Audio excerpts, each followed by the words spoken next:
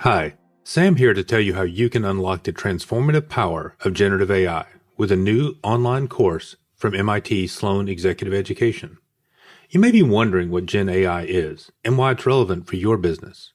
In this on-demand online course, led by experts from MIT Sloan and the Schwarzman College of Computing, you'll explore Gen AI's promises and limitations, investigate its applications for your business, and learn how you can implement a strategy for it. Visit executive.mit.edu/SMRAI to sign up for the course and gain the MIT edge today. That's executive.mit.edu/SMRAI.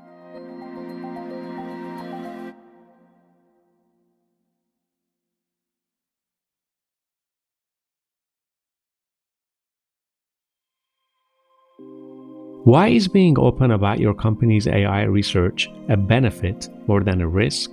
Find out on today's episode.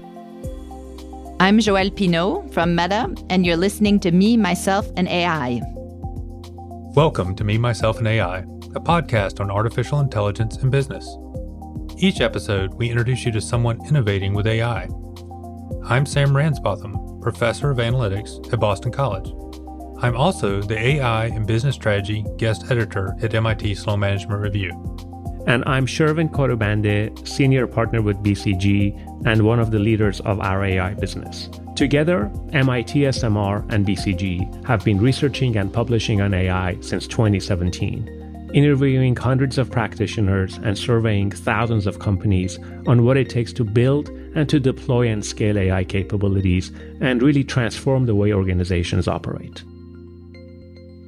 Hi everyone. Today Sam and I are happy to be joined by Joelle Pineau, Vice President of AI Research at Meta. Joelle, thanks for speaking with us today. Hello. Okay, let's jump in. A good place to start might be for you to tell us about Meta. A lot of people know what Meta is, but maybe you could describe it in your own words and also your role in the company. Well, as many people know, Meta is in the business of offering various ways for people to connect and build community, build connections, whether it's through Facebook, WhatsApp, Instagram, Messenger. We have billions of people around the world using our products. I've been at Meta for about 7 years now, leading AI research teams. I'm based in Montreal, Canada, and now I lead FAIR, which is a fundamental AI research team across our labs in the US, in Europe. The role of our group is actually to build next generation AI systems and models, discover the new technology that will eventually make the products better, more engaging, safer as well. That's a great overview. Can you give us a sense of what some of those projects are that you're excited about or that you're working on? You don't have to give us any secrets, of course, but what are some fun things you're excited about? Well, I hope we have a chance to talk about it, but there's not a ton of secrets because, in fact, most of the work that we do is all out in the open. We adhere strongly to open science principles. We publish our work. We share models, code libraries, and so on and so forth. Our teams cover the full spectrum of AI open problems. So I have some teams who are working on understanding images and videos, building foundation models, so core models that represent visual information. I have some teams that are working on language models, so understanding text, written, spoken language as well. I have some teams doing robotics, so understanding how AI systems move in the physical world, how they understand objects, people, interactions, and a big team of people who are working on core principles of intelligence. So how do we form memories? How do we actually build relationship between different concepts and ontology of knowledge and so on and so forth? It seems like there's almost nothing within artificial intelligence you're not working on there. Tell us a bit about why you think open is important. So FAIR has been committed to open research for 10 years now, since day one. We've really pushed on this because whenever you start a project from the point of view of making it open, it really puts a very high bar in terms of the quality of the work, as well as in terms of the responsibility of the work. And so when we decide what algorithms to build, what data sets to use, how to evaluate our data, how to evaluate the performance of our model through benchmarks, When we know that all of that work's going to be open for the world to scrutinize, it really pushes us to put a very, very high bar on the quality of that work, on the rigor of that work, and also on the aspects of responsibility, safety, privacy, and so on. The other reason I think that open is really helpful is a lot of researchers come from a tradition of science where you're always building on the work of others. Science does not happen in a silo. And so if you're building on the work of others, there's also a desire to contribute back to that community. So our researchers are incredibly interested in having that kind of a culture. So it helps us recruit the best researchers, keep them. It is quite different from how other industry labs operate. And so from that point of view, I think it's definitely a big advantage. What's interesting is from the point of view of Meta, there's no concern in terms of keeping some of that research internal in the sense that it doesn't in any way stop us from using this research into our products. Not because we've published the results that we can't use it into our product. Really, the power of the product comes from all the people using it. It doesn't come from having a secret sauce about AI. And we know how fast AI is moving. A lot of that knowledge is disseminated across the community very, very quickly. And we are happy to contribute to that.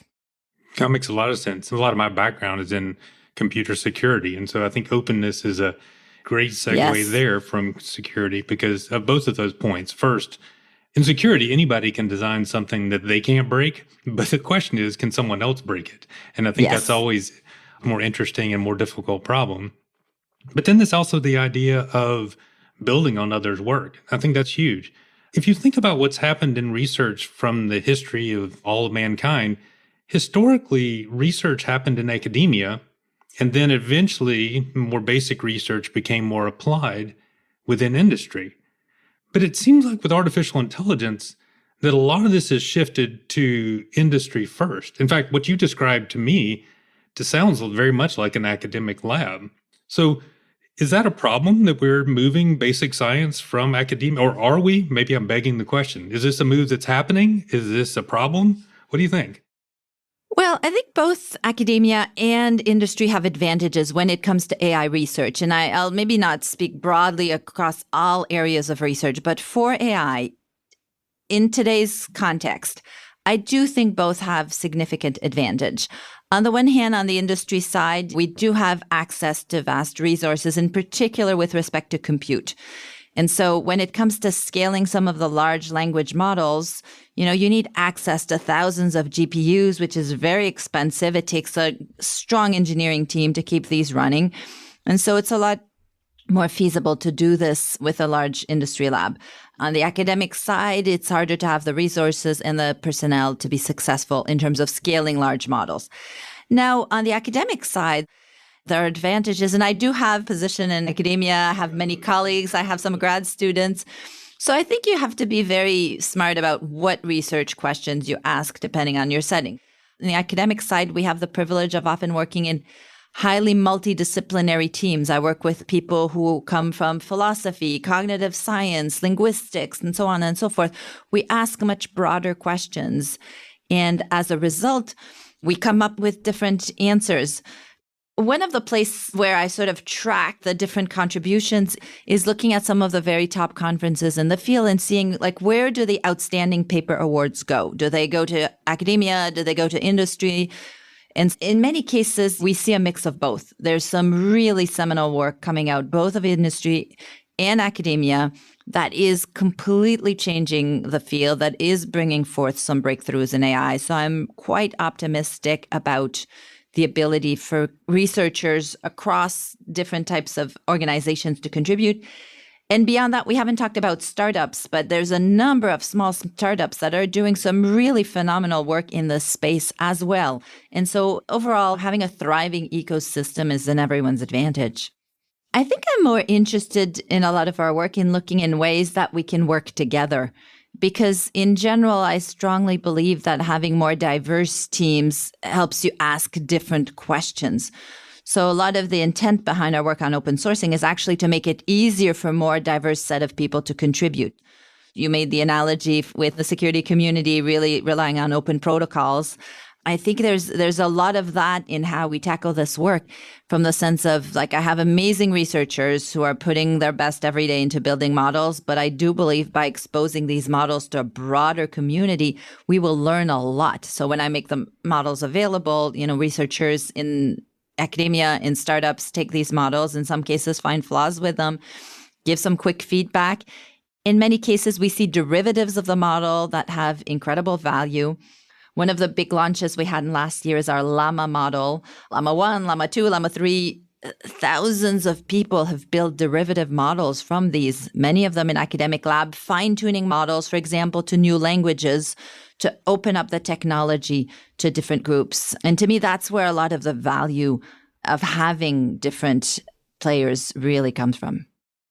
I think we certainly see the value in, let's say, collaborating and iterating and keeping things open, but that's not always guaranteed to happen. What kind of incentives are there for us all to work together like this? It's always hard to predict the future, and in particular with AI and how fast things are moving. And so I completely agree with you.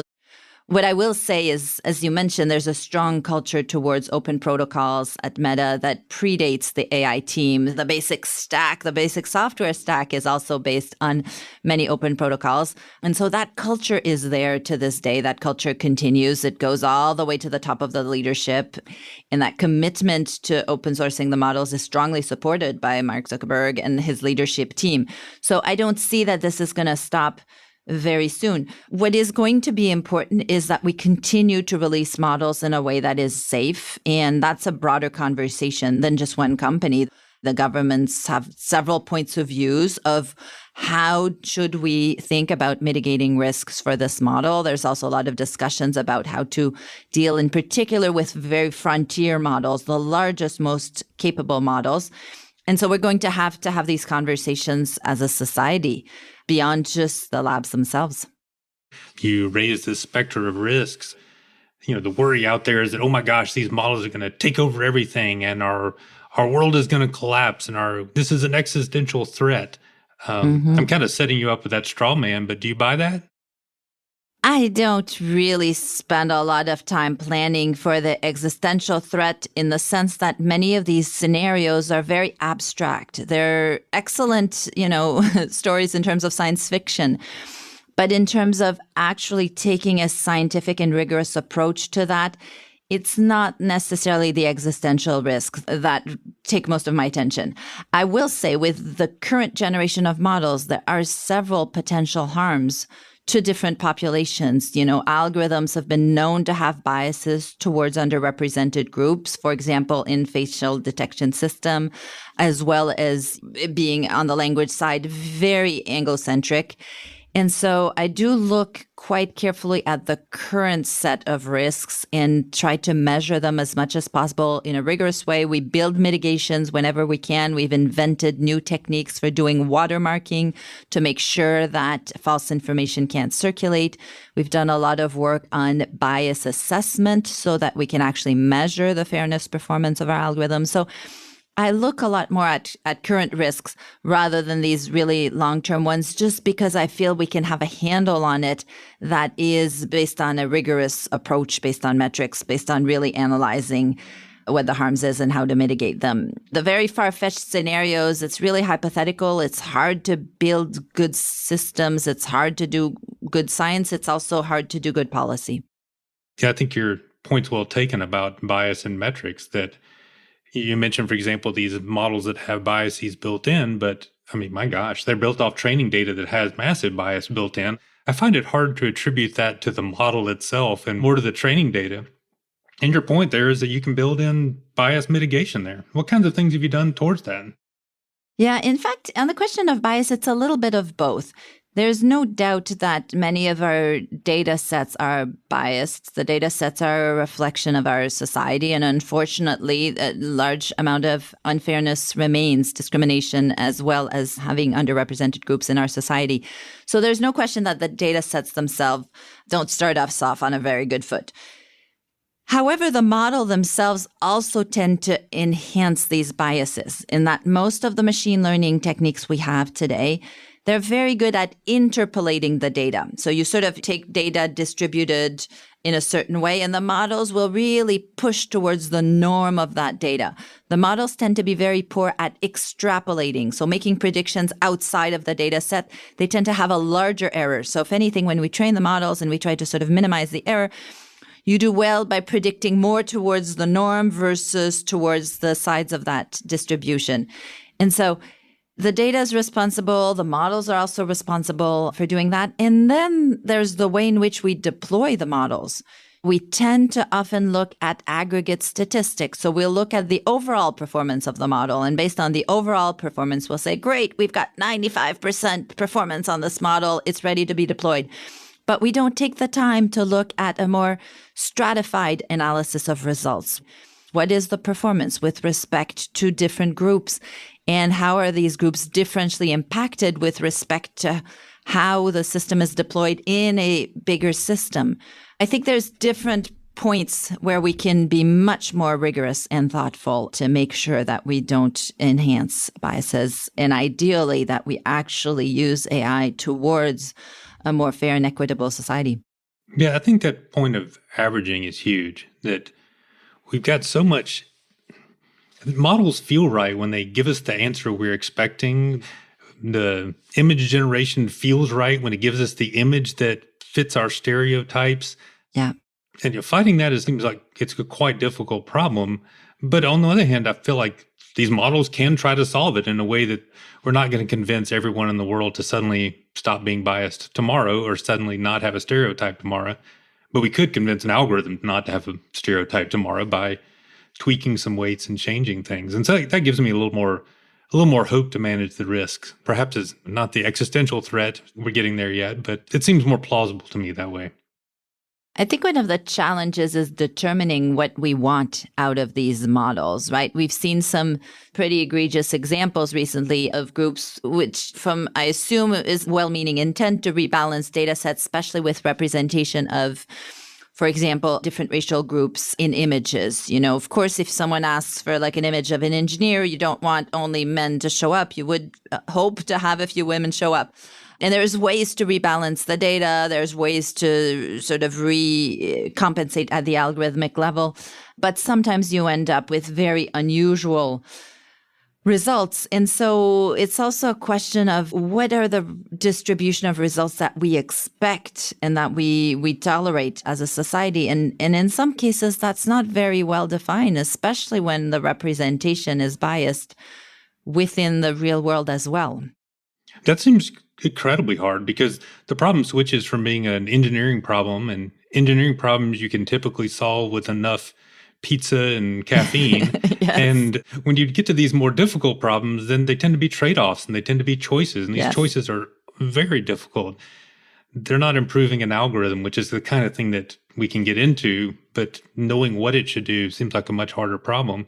And again, that seems much worse too, as these technologies become so pervasive. If, for example, Meta does make these algorithms available to people, as part of the open source process, by definition, more people have access to them, and then more people have to make these difficult decisions. That seems much harder to scale than algorithms. I agree. I think in many ways, deciding as a society what we want these models to optimize for and how we want to use them is a very complicated question. That's also the reason why at Meta we often open source the research models.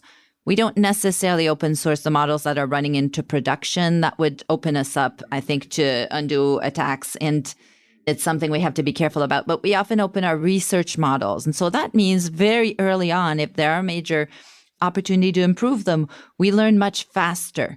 And so that gives us a way to essentially make sure that by the time a model makes it into product, it's actually much better than the very first version. And we will release multiple versions as the research evolves, as we've seen, for example, with the Llama language models I mentioned earlier. We released Llama 1, Llama 2, Llama 3, and so on. And every generation gets significantly better. Some of that is, of course, the work of our own fabulous research teams, but some of that is also the contributions from the broader community. And these contributions come in different forms. There's people who have better ways of mitigating, for example, safety risks. There are people who bring new data set that are allowing us to evaluate new capabilities. And there's actually some very nice optimization tricks that allow us to train the models faster. And so all of that sort of converges to help make the models better over time. Yeah, I think the analogy that sticks with me is how image processing improved from the 2012 and the ImageNet competition. That, again, that came out of originally academia, Toronto, but then exploded as everyone could see what everyone else was doing. Everyone brought something better, a faster implementation, a smaller implementation, a bigger, and the accuracy just over the very short time got really, truly phenomenal. Yeah. Let's shift gears a little bit. Joelle, you're an AI researcher and also a professor. How did you find yourself in this line of work? I'm very driven by curiosity, I have to say. I first got into robotics. That was sort of my gateway into AI. I was doing an undergrad degree in engineering at the University of Waterloo. And near the end of that, I had the chance to work on a robotics project, building a 6-legged walking robot, in particular, the sensor system for that robot. So we had some sonars and had to process the information, and from that decide sort of where were the obstacles in the environment. And so that led me to doing graduate studies, master's, PhD at Carnegie Mellon University in Pittsburgh, which is a phenomenal place to study robotics. And from there, I really got into machine learning. I found that for the robot to have relevant, timely information and to be able to take decisions, you needed to have a strong model. So my thesis work was in planning under uncertainty, the ability to take decision when there's some uncertainty about the information, and developing algorithms for doing that. And from then on, I took on an academic career at McGill University in Montreal, where I'm still based, and pursuing work across areas of machine learning, a lot of applications of machine learning in healthcare. We have a fabulous faculty of medicine here at McGill. And so I had many very exciting partnerships there. And also a lot of work on building dialogue systems, which today, we recognize as language models and chatbots. But I was building some of the very preliminary version of this work in the early 2000s. And so because I do use curiosity as my main motor, it has allowed me to work across several subfields of AI, robotics, language, perception, and applications. And so that gave me a pretty good set of knowledge and experience to then come into a place like Meta, where the teams that I work with do fundamental research, but we work closely with product teams and try to both push the frontier in terms of the science, but also push the frontier in terms of new products, new experiences. So clearly there's lots that Meta is doing around the core Meta products, but there's the general scientific discovery that Meta research is working on. What are some examples of projects that are in progress there? This is such an interesting area. I think there's enormous potential to use AI to accelerate the scientific discovery process. When we think about how it works, often, let's say you're trying to discover a new molecule or discover a new material, there's a very large space of solutions, often combinatorially large. And the traditional methods have us looking through the space of molecules one by one, and we take them into the wet lab and we test them out for the properties that we want, whether it's to develop a new medication or develop a new material.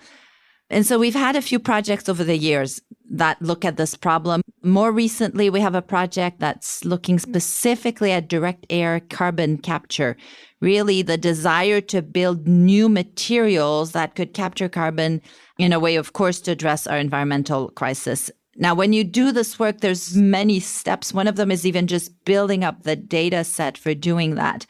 So we've built up a data set, synthesizing many different possibilities for this problem. And out of that, we often partner with external teams to try to validate which of these solutions may bring the most value. We've done previous work also in the area of protein synthesis that had a similar flavor, though the specifications of the protein was a little bit different. But at a core fundamental way, the problem looks very similar. So I'm really excited to see what comes of this. I've had some cases where partner teams came to me and said, in the space of about a year of working with AI, they were able to cut down the scientific process in terms of experiments that would have taken them like 25 years if they were going through the search space with more traditional methods. And I think that's something that we're seeing from other people we've talked to. We talked to, for example, Moderna, talking about their vaccine development and how it Yes. helped explore that space. And we talked about Pirelli and how they use it for tire components. So I think this idea of exploring a combinatorically large space is really pretty fascinating. It's not something that I would have expected Meta to be involved with at first blush. I can see, for example, the carbon dioxide from the air problem. That's probably just something you're facing in data centers, but I wouldn't have expected that. Yeah, I mean, you bring up the case of data centers. I would say that's a prime application for this. We are building several data centers, and it's in everyone's interest for those to be very energy efficient. We also have some strong commitments in terms of using renewable energy. And so there's a strong motivation in that space. And not to be forgotten, we also have all of the work that's happening on our work towards the Metaverse, the Reality Labs side of Meta, which is really the longer term vision of building AR and VR devices. And when it comes to that type of hardware design, there's a lot of really hard problems, whether it's in the space of optics or other components, where AI guided design can actually be very useful to accelerate that work. Yeah, that's pretty interesting. We actually just talked with Ty Sheridan, who is the star of the Ready Player One movie. And so that's a perfect segue from the metaverse to there. We have a segment where we ask you a little rapid fire question. So just first thing that comes to your mind, what's the biggest opportunity for artificial intelligence right now? I do think that the ability to open up, to connect people across languages is huge. We've had systems where we're building up machine translation to go up to 200 different languages, but there are many more languages that are spoken only. And so we're really having the ability to build technology for anyone to understand anyone else across the planet. I think that's going to be really crucial for us to figure out how to all live together on this earth. So what's the biggest misconception that people have about AI? I don't know if it's the biggest, but one that really gets to me is thinking of AI as a black box. People think, information goes in, something happens, and then something comes out. I think in many ways, from where we stand today, the human brain is a lot more of a black box than AI. When I have an AI system, I can trace down with a lot of precision how information circulates, how it's calculated, and how we got to the output. I cannot do that with a human brain in the same way. So yeah, whenever someone says AI is a black box, I sort of frown a little bit and feel like, no, it's a complicated box, but we have a lot of understanding of what goes on inside there. Yeah, other people's brains make no sense to me. Mine makes perfect sense, but everyone else doesn't. What was the first career that you wanted? Oh, early on, I wanted to be a librarian. I loved reading books. I still do. I still read quite a bit. And I thought, with having a job where you can just sit in a space filled with books and read all day sounded delightful. When do we have too much artificial intelligence? When are we trying to put that square peg in a round hole? I don't think of it as like one day we have enough and one day we have too much. I think it's really about being smart about where you bring in AI into a system. So already there are places where AI shouldn't go. And there are places, or at least the version of the models we have today, and there are places where we could bring in AI much more aggressively, I think. So I think what's really important is figuring out how to bring it in a way that it brings real value, economic value, of course, but real social value as well, and being thoughtful about that. Yeah, that ties to your previous answer about the difficult parts of using the technology or not sticking to the technology itself. So what's one thing that you wish that artificial intelligence could do now that it can't do currently? I wish that AI systems could understand each other. Right now, we're building a lot of AI systems that are individual. They're all fine-tuned for an individual performance. But once we start deploying many of these AI agents together in the same place, our methods for understanding the dynamics between several agents are very primitive. And I think there's a ton of work to do. If we look to humans as the society of agents that is most evolved today, we derive a lot of our longevity, our robustness, our success through our social ties. And AI systems today have no idea how to build social ties. That's interesting because I think we spend so much time thinking about the human-computer interface and the computer-human interface and not as much about the computer-computer interface. This has been a fascinating discussion. I really kind of opened my eyes to all the things that Meta is doing that's beyond just that sort of surface research that's more obvious in the newspapers and media reports. Thanks for taking the time to talk with us today. Yes, very inspiring conversation. Thank you. My pleasure. Happy to be with you. Thanks for listening to Season 9 of Me, Myself, and AI. Our show will be back in September with more episodes. In the meantime, if you missed any of the earlier episodes on responsible AI, please go back and have a listen. We talked with Amnesty International, Airbnb, and Salesforce. Thank you for listening and also for reviewing our show. Talk to you soon.